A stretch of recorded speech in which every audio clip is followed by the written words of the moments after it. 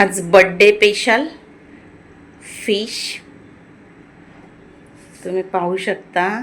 त्यांना chicken mutton आवडत नाही, त्याच्यासाठी आज हे बर्थडे स्पेशल आम्ही फिश आणले. तर आज आपण बनवणार आहोत कोलंबी बिर्याणी, पापलेट फ्राय, मांदेली फ्राय. इथे कोलंबी बिर्याणी तयार झालेली आहे आणि तुम्ही पाहू शकता एक एक दाणा छान असा सुट्टा झालेला आहे आणि ह्या कोलंबी बिर्याणीचा सुगंध तर अख्ख्या घरभर दरवळतोय. चला वेळ न घालवता आपण रेसिपीला सुरुवात करूया. तर इथे स्वागत आहे तुमचा माझ्या मनीषाज रेसिपी युट्यूब चॅनलवर. आणि इथे मी आधी भात बनवून घेणार आहे, त्याच्यासाठी इथे मी पाणी ठेवलंय. आता या पाण्यामध्ये आपण खडा मसाला टाकून घेऊया. 2 ते 3 तमालपत्र घेतलेत, 1 चक्री फूल, 2 मोठे वेलच्या आहेत, 7 ते 8 काळ्या मिऱ्या घेतलेत आणि 5 ते 6 लवंग घेतलेल्या आहेत. तसंच इथे मी 2-3 दालचिनीचे तुकडे टाकलेत आणि अर्धा लिंबू मी पिळून टाकलाय आणि लिंबूची साल पण मी त्या पाण्यातच टाकून घेतली. आणि आपल्या चवीपुरतं आपल्याला मीठ टाकून घ्यायचं आहे आणि या पाण्याला छान अशी उकळी येऊन द्यायची आहे. आणि त्याआधी मी अर्धा तास आधी तांदूळ, बासमती तांदूळ भिजत ठेवलेत. मी 1 किलो कोलंबी घेतली आणि 1 किलो बासमती तांदूळ घेतलेले आहेत. तर इथे अर्धा तास झालेला आहे तांदूळ भिजून, तुम्ही पाहू शकता. तसंच आता भात सुट्टा व्हावा म्हणून 1 ते 2 पळी मी तेल टाकून घेते आणि पाण्याला छान उकळी आलेली आहे. आपण हा भात त्याच्यामध्ये तांदूळ टाकून घेऊ आणि हा भात आपल्याला 80% फक्त शिजवायचा आहे. आणि मी इथे कोलंबी साफ करून स्वच्छ धुवून घेतली आणि तिचं मध्ये कट मारून तिला ते काळी रेष असते तीही काढून घेतलेली आहे. आता त्याच्यामध्ये 1 लिंबू पिळते, कारण आपल्याला कोलंबी बिर्याणीमध्ये दही टाकायची नाहीये. 1 लिंबू पिळून घेतलाय आणि मूठभर अशी कोथिंबीर बारीक चिरून घेतलेली आहे. तर इथे मसाले टाकून घेऊया. तर इथे मी 2 ते 3 चमचे लाल तिखट घेतलाय, 2 चमचे काश्मीरी मिरची पूड आहे, 1-2 चमच धनेपूड आहे. सगळं मी 2-2 चमचे टाकलंय, कारण मी 1 किलो कोलंबी आणि 1 किलो तांदूळ आहे, त्याच्या हिशोबाने मी हे सगळं टाकते. जर तुम्ही कमी प्रमाणात करत असाल तर कमी 1-1 चमच टाकलं तरी चालेल. तर इथे मी 1 चमचा हळद घेतलेली आहे, 2 चमचे जिरा पूड आहे आणि मी बिर्याणीचं मसाल्याचं पॉकेट आणलेलं आहे, ते मी हे 2 पॉकेट याच्यात टाकलेले आहेत. चवीपुरतं आपल्याला मीठ टाकायचं आहे आणि लगेचच त्याच्यामध्ये आपण खडा मसाला टाकणार आहोत. इथे 2 ते 3 मी तमालपत्र घेतलेले आहेत, 2 दालचिनीचे तुकडे आहेत, 2 ते 3-4 हिरव्या वेलच्या आहेत, 8 ते 10 काळी मिरी आणि 7 ते 8 लवंग आणि 1 ते 2 चक्री फूल घेतलंय. आता हे सगळं टाकून आपल्याला चांगलं हाताने मिक्स करून घ्यायचं आहे, कारण आपण हे अशी मॅरिनेट करून ही कोलंबी 10 मिनिटासाठी साईडला ठेवून देणार आहोत.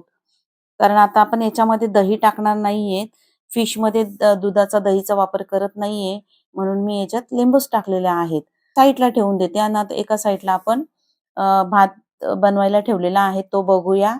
आणि तसंच मी ह्या कोलंबीमध्ये थोडंसं फूड कलर टाकते, कारण फूड कलरने आपल्या बिर्याणीला छान रंग येईल. आणि भात आपल्याला फक्त 80% शिजवायचा आणि हा भात 80% शिजला आहे. तर आता आपण एका चाळणीमध्ये त्याला काढून घेऊ. तर इथे मी भात आता या चाळणीमध्ये काढून घेतेय. तुम्ही पाहू शकता मी कोलंबीमध्ये 1 ते 2 मोठे चमचे अद्रक लसूण पेस्ट टाकून घेतलीये आणि आता हे सगळं आपल्याला पुन्हा मिक्स करून घ्यायचं आहे. तसेच इथे मी 4 मीडियम साईजचे टोमॅटो घेतलेत, ते आपण बारीक कट करून त्याची टोमॅटो प्युरी बनवणार आहोत.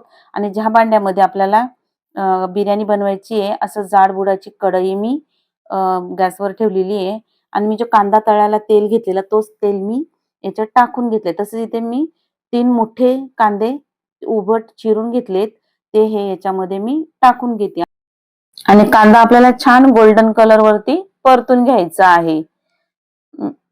आता कांदा छान गोल्डन कलर परतून झालाय. आता मी ते 4 टोमॅटो जे कट केलेले त्याचं प्युरी बनवलेली आहे आणि ती आपण या कांद्यामध्ये टाकून घेऊया आणि यांना छान सगळं मिक्स करायचं. आणि आता इथे कोलंबी तर आपली छान मॅरिनेट झालेली आहे. कांदा आणि टोमॅटो प्युरी छान मिक्स झाल्यानंतर आपण त्याच्यामध्ये ही कोलंबी टाकून घेणार. आणि तुम्ही ही कोलंबी बिर्याणी कशी बनवता, अशीच बनवता का? कमेंट करून मला नक्की सांगा.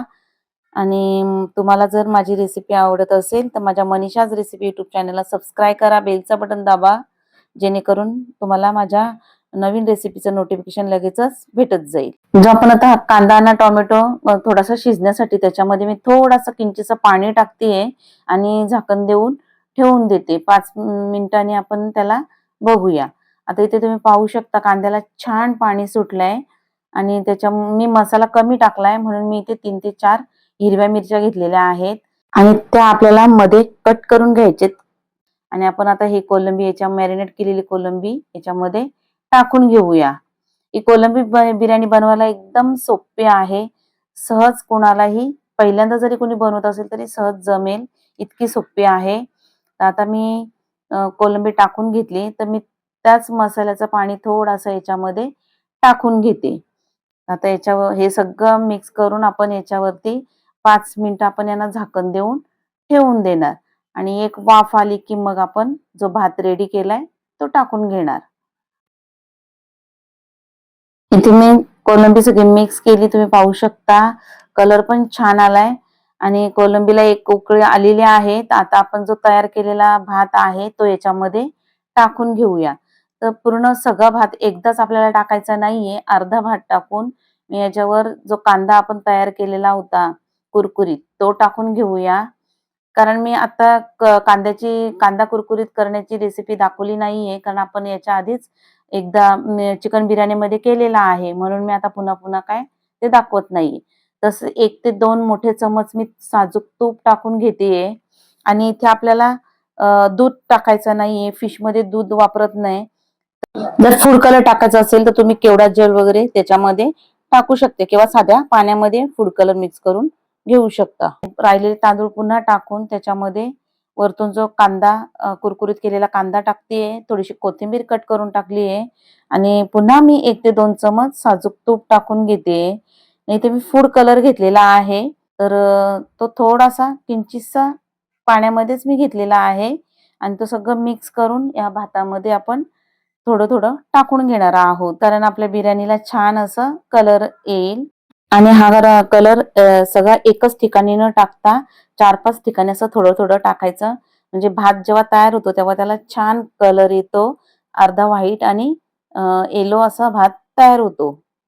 आता आपण हे झाकण देऊन जवळजवळ 10 ते 15 मिनिटासाठी दम देण्यासाठी ठेवून देणार, म्हणजे आपली बिर्याणी एकदम मस्त अशी तयार होईल.